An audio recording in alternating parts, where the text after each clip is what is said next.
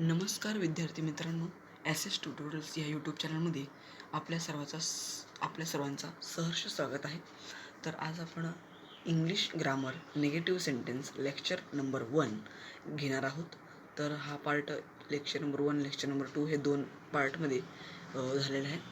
Part 3 येणार नाही, 2 लेक्चरमध्ये समाप्त होईल. तर चालू करूया. Positive is equal to negative. Positive म्हणजे पॉझिटिव्ह सेंटेन्स, निगेटिव्ह म्हणजे निगेटिव्ह सेंटेन्स. पॉझिटिव्ह सेंटेन्स म्हणजे होकारार्थी वाक्य, निगेटिव्ह सेंटेन्स म्हणजे नकारार्थी वाक्य. जसे की no, not, never.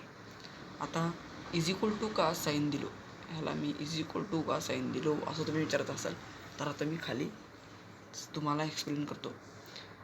Question number 1, everyone agreed with मी.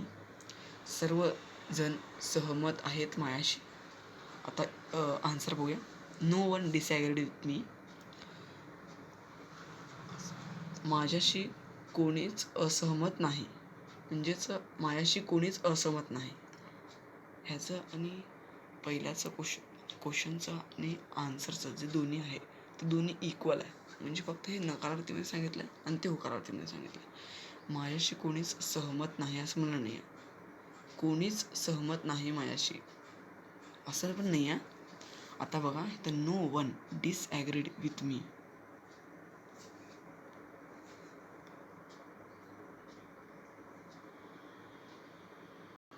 मराठीमध्ये मिनिंग ह्याचं काय आहे?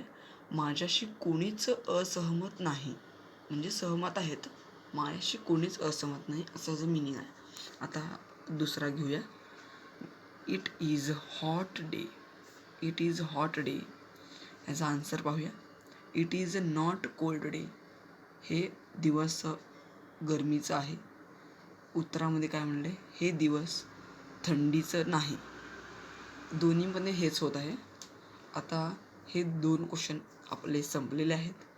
आता लेक्चर नंबर 2मध्ये आपण तिसरा व चौथा क्वेश्चन घेऊया.